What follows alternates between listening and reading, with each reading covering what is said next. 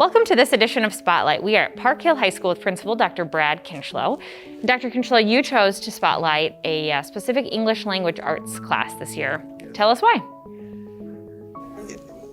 Quite simply, I was walking down the 100s hall and there were some children in the hallway and they were animated. They were so excited about what they were doing. I had to kind of button their business and say, what are you all up to? And they said they're working on some mythology. They'd been reading the Iliad, the Odyssey, and they were excited about the Greek mythology. I can remember reading those and I thought they were kind of old and boring, some dead literature, but Ms. Bell brought it to life and these kids were excited about the mythology. So I thought, what better opportunity to highlight than just exactly that? Well, let's take a look inside Mrs. Bell's classroom and her Greek mythology unit as we spotlight Park Hill High School.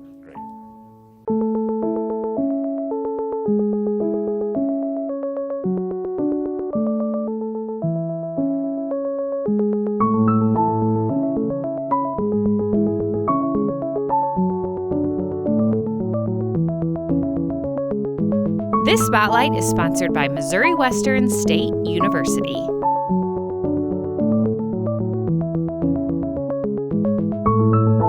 I really wanted to extend the learning of Greek mythology after the unit because I felt like there was so much that we didn't cover.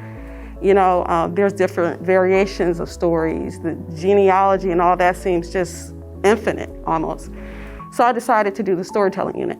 I gave them a list of about 30 common Greek myths, and I had them select one after reading a synopsis of them all, to select one, to do research. I chose the story of Zeus and Io. I liked this unit because it gave me an opportunity to work on my own and figure out the story and how it related to the real world, because it's interesting to see things that happened in the past and then relate them to now. Not only were they told to tell the story in great detail, but they were told to also identify the moral, the theme, but more importantly, what modern day references do you see that exist in our world today, the contemporary presence? And I think that was probably the most enjoyable part for them, to know why Nike is called Nike and why the Greeks believe the four seasons exist, or spiders. The story I chose was Callisto and the Ursa Major. I chose it just because I find the constellations and whatnot kind of cool, and I already knew a little bit about the story. So I just wanted to look more into it and fully read it.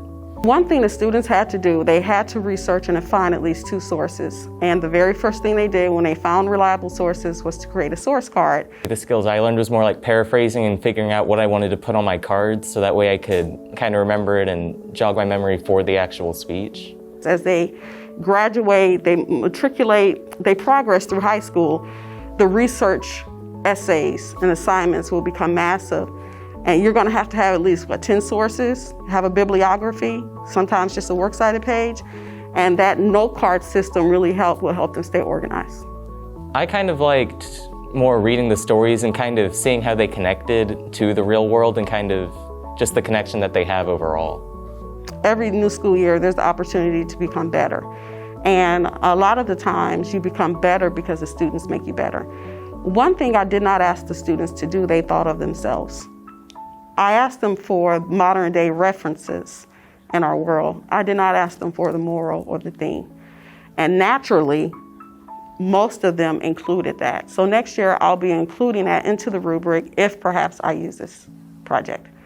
So I'm grateful for that, for my students.